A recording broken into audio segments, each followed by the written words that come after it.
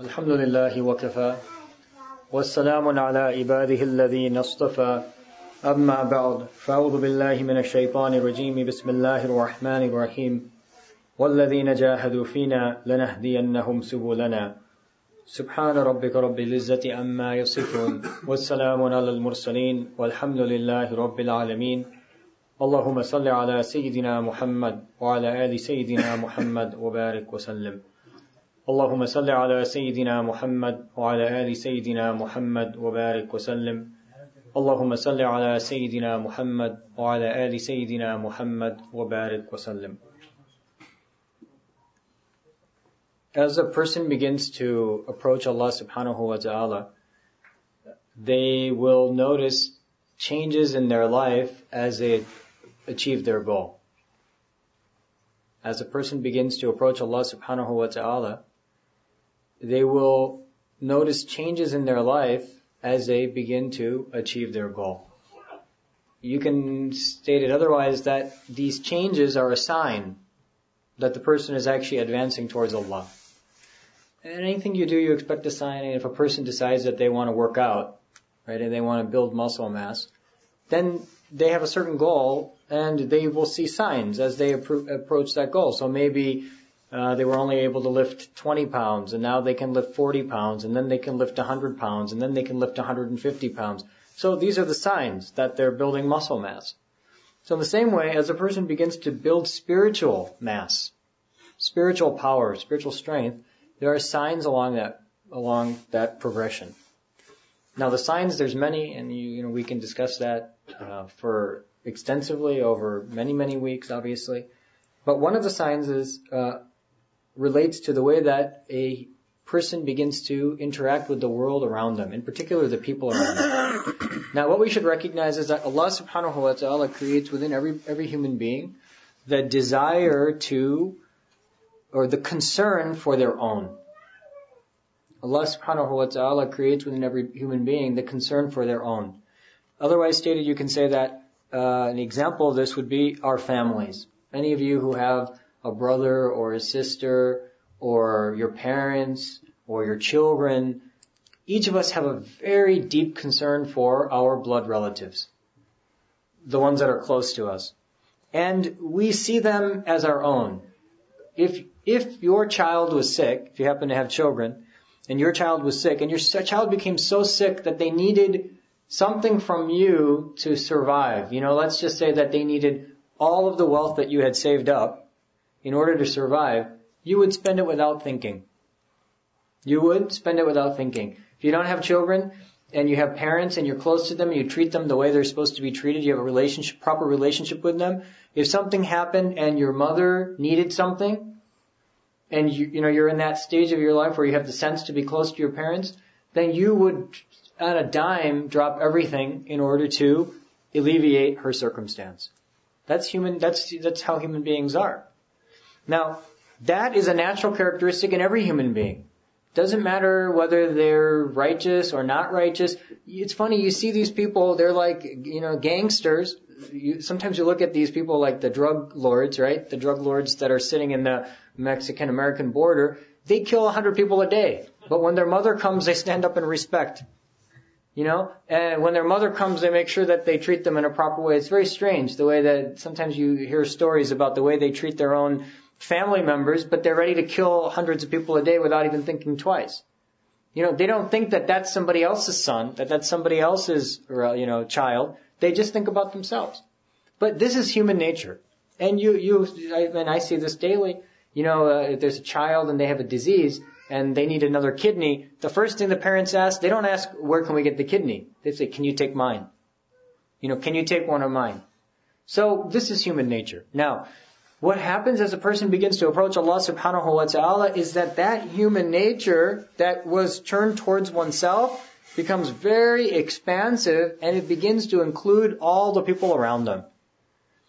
So you can say that the Muslim, the person who approaches Allah, they begin to see the entire creation as their own.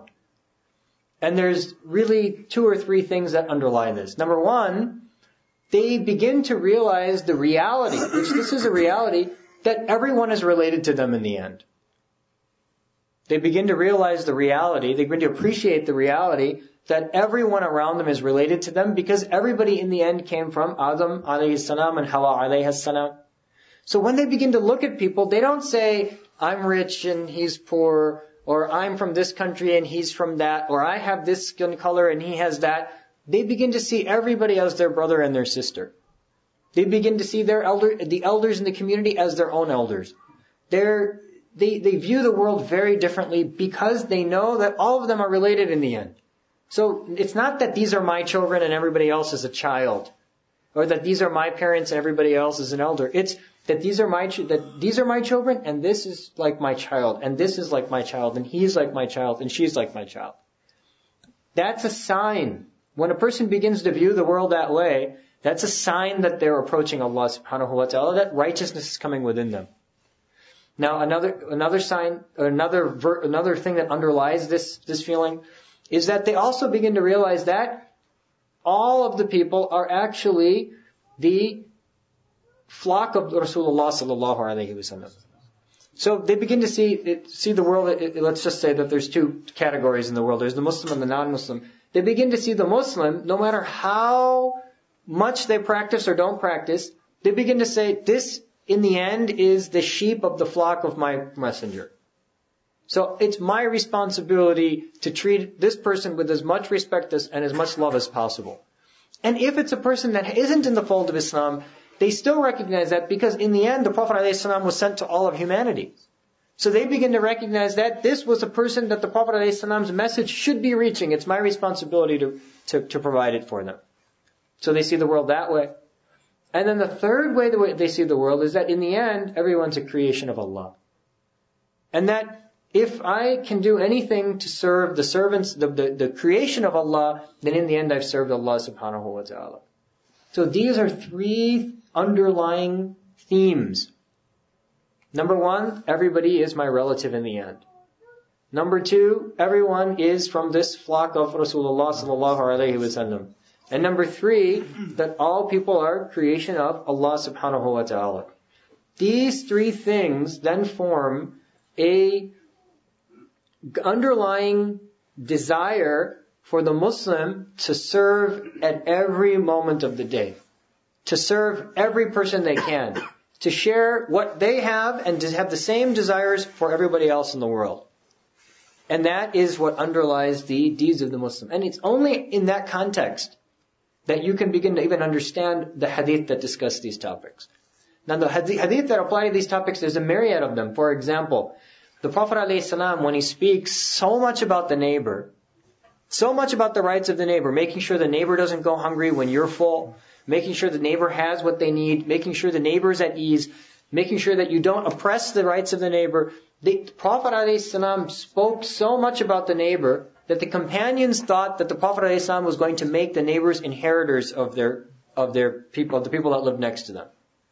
That's how much the Prophet ﷺ emphasized the neighbor.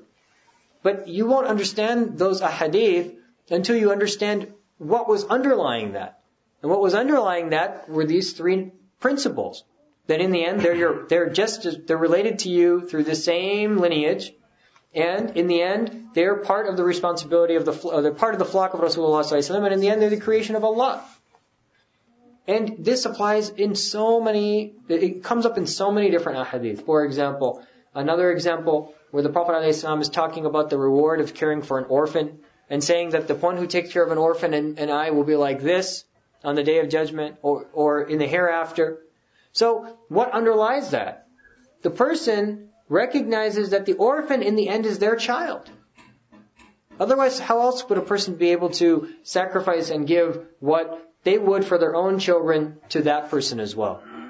So this is the same theme that underlies, which is service of other people. And over and over and over again, you're going to find that the hadith of Rasulullah sallallahu alaihi wasallam and the example of the Sahaba was exactly this way. We've all heard the famous story where there was a battle on one occasion, and it was at the very end of the battle that people were dying of thirst. Companions were dying of thirst. What happened? The nurse who was bringing the water, the person on the field who was taking care of the soldiers who was bringing the water, brings the water to one of the companions, And at the moment the water is about to enter his mouth, he hears another person calling for water. So he closes his mouth, despite the fact that he's dying of thirst, and sends the water to the next person. Now the water gets to the next person, the person is about to drink, dying of thirst, and closes his mouth when he hears that there's a third person calling for water.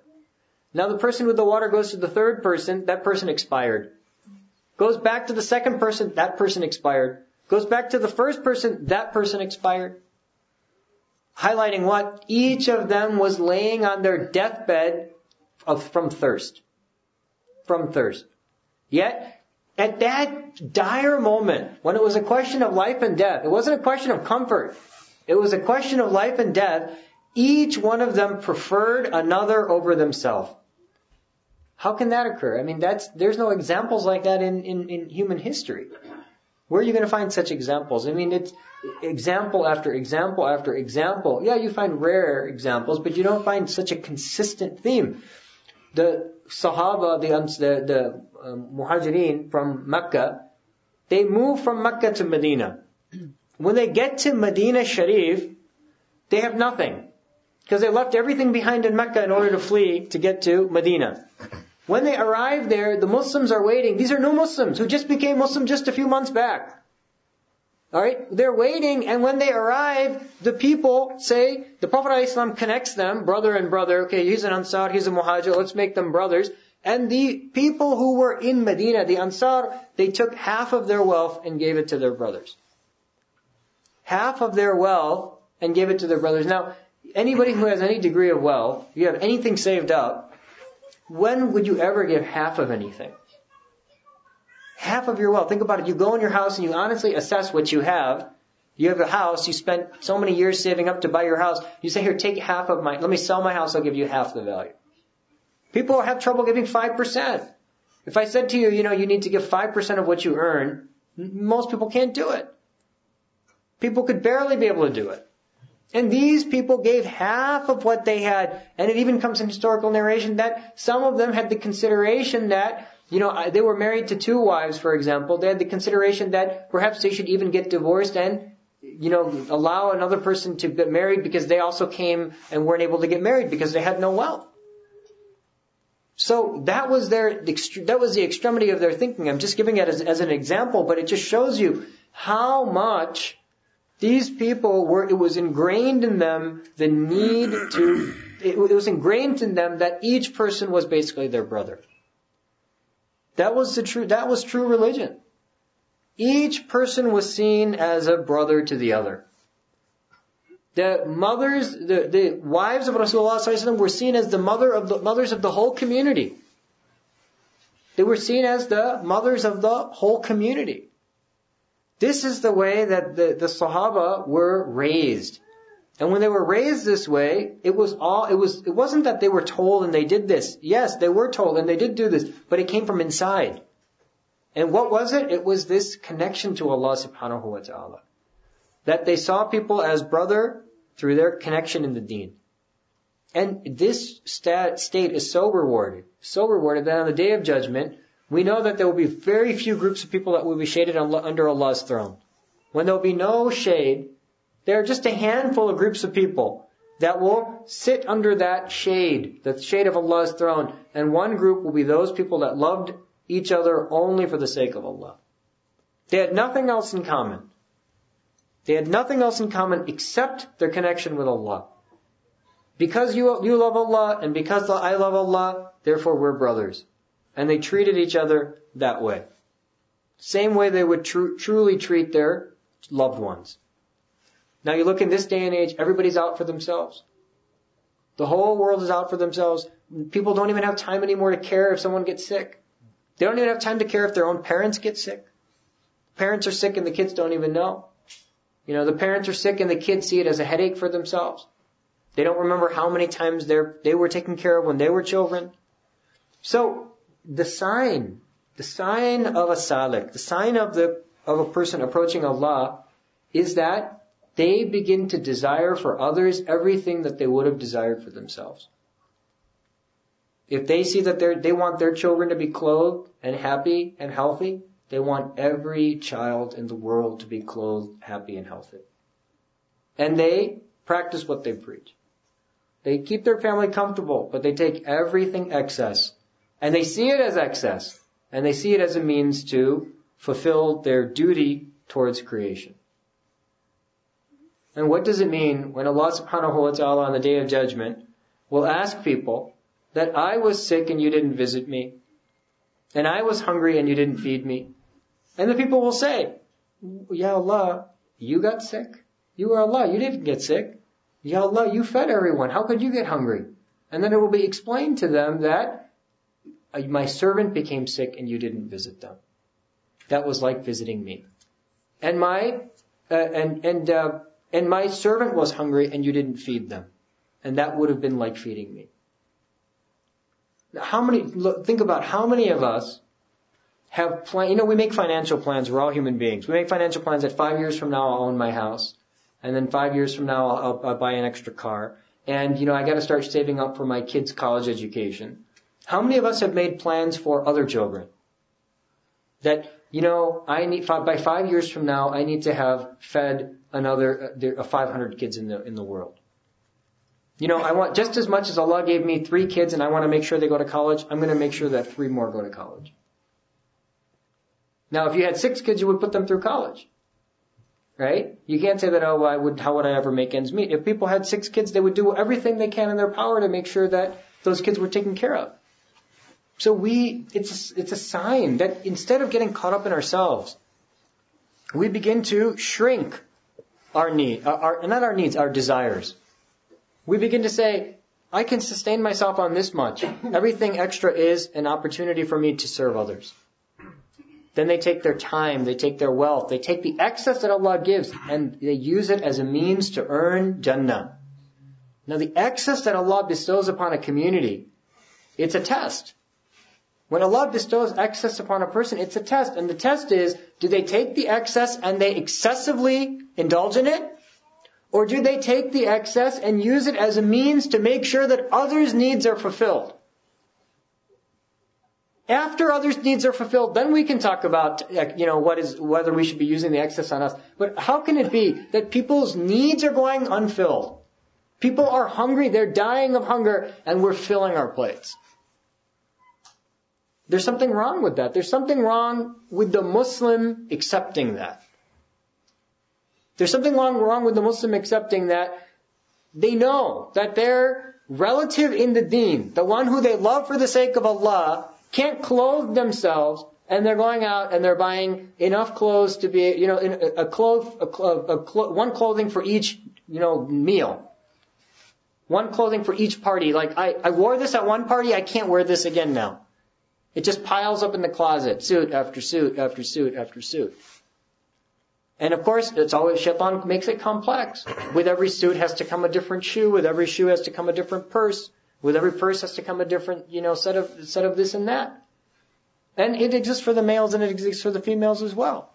But how can we claim to love for the sake of Allah? When we're standing up on that day and Allah calls the people who loved each other for the sake of Allah, then where will we stand when we knew that there are servants of Allah and we haven't taken care of them? But we made long-term goals for ourselves. That today I'm in a 3-bedroom, 5 years from now I'll be in a 4-bedroom, 10 years from now I'll be in a 5-bedroom. When there are children that don't have bedrooms. They're living outside. They don't have the basic shelter over their head. But we closed our eyes to it. Now, people say, it's such a great blessing in this day and age. We have internet, we can read the news, we can do this, we can learn about everything going on in the world. Yes, it's a blessing, but it's also a responsibility. If you want to read about, what is the news? It's the misery of other people. You want to read about the misery of other people, you better be willing to do something about it. Otherwise it becomes entertainment. It's so disgusting that the people of excess have not only indulged themselves in excess, but they use the misery of others as entertainment daily. That's the circumstance that we found ourselves in. We've got nothing to do at 10 o'clock, so 10 o'clock is the time to watch the 10 o'clock news, and it's basically a story of sadness. And we're not going to do anything about most of what we see. We just watch. Oh, that's interesting. Did you see that? That's interesting. And that's also interesting. We become totally immune. Because it's just normal. Of course, I have a lot and everybody else doesn't have it. And that's just the way it's going to be. That's not the way it is. That's the way Allah set up the test. And the test is such that you've been given excess. Do you use the excess to handle those who have been given less? And they've been given less so that you have an opportunity to give your excess. And all of it will be rectified on the Day of Judgment. It will all be rectified on the Day of Judgment. Do not be deceived to think that somehow we're being blessed with excess. We're not being blessed with excess. We're being put in a test. This is not some special blessing that we've received because of our enormous good deeds. This is a test from Allah subhanahu wa ta'ala to see, do we love His creation? Do we love that which He has created? Are we His true servants? Do we plan and do we serve others? So the same plans that we have for ourselves, we better be making for others. Best we keep our things simple. Get what we need. I'm not saying that people shouldn't get the things that they need. Fulfill the needs. But stop them at the level of need, and then make sure that before our desires are fulfilled, that the needs of others have been taken care of. So this is something that each of us have to become very serious about, because this is what we'll be asked about on the Day of Judgment. We will be asked about our time and how we used it. The same way that we picked up our child and made sure that they were well, did we pick up the children of others and make sure that they are well? And the opportunities are there. If a person is sincere and wants to serve others, Allah opens the door to them to be able to serve others in ways that they can never imagine. There is need in the community. And when you begin to put yourself out there and begin to look for the opportunities, Allah will open so many doors, you'll be shocked, you'll be saying, I can't believe I was blind to this before. The one that Allah makes blind to this is the one that Allah has put blinders on, so that they don't appreciate the fact that they should use their wealth to serve others, and instead they reward themselves in this life. And the rewarding in this life is a very dangerous game, because it could be a sign that the reward was given and will not be received in the hereafter. Sahaba were very wary of drinking cold water. In the hot desert of Medina, Sahaba were wary of drinking cold water because they were afraid that it would count as their reward for their good deeds in this life. And that hence they would not be rewarded in the hereafter. That's the way, that was their concern. And they took pains. They took pains to make sure that everyone around them, their needs were fulfilled. Hazrat Umar radiallahu anh used to go out every night and make sure that there was nobody in the street starving, because he was responsible, because he was the Khalifa. So we have to recognize that this is a sign of nearness. Now people want to talk and they want to say, when I do my dhikr I feel like this, and when I do my prayers I feel like that. These are the signs. How do we deal with others? What kind of goals and dreams and aspirations do we have? Do we aspire for the life of this world or the hereafter? That's the key feature. Are we trying to build a life in this world, or are we trying to build a life in the hereafter? And the beauty of the sacrifices that we make in this life, when we sacrifice for others, when we take our time, take our wealth, take our energy, take our concern, and put it in the lap of those that are in need, the beauty is, you get peace in this life. Allah creates such a peace in the heart of the one who serves. And number two, that the reward will be waiting in the hereafter. Your reward will not be diminished at all. In fact, everything you desired will be so much more multiplied and given to you for permanence in the hereafter. Permanent reward.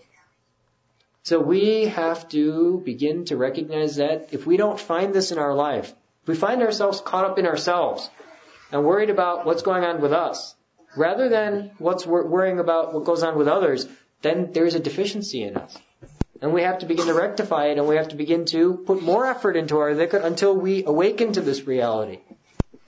So may Allah subhanahu wa ta'ala make us among those who have the tawfiq to be able to see the reality of this life, and may He make us among those who serve others so that we may be served in the hereafter. Wa akhiru da'wana alhamdulillahi rabbil alameen.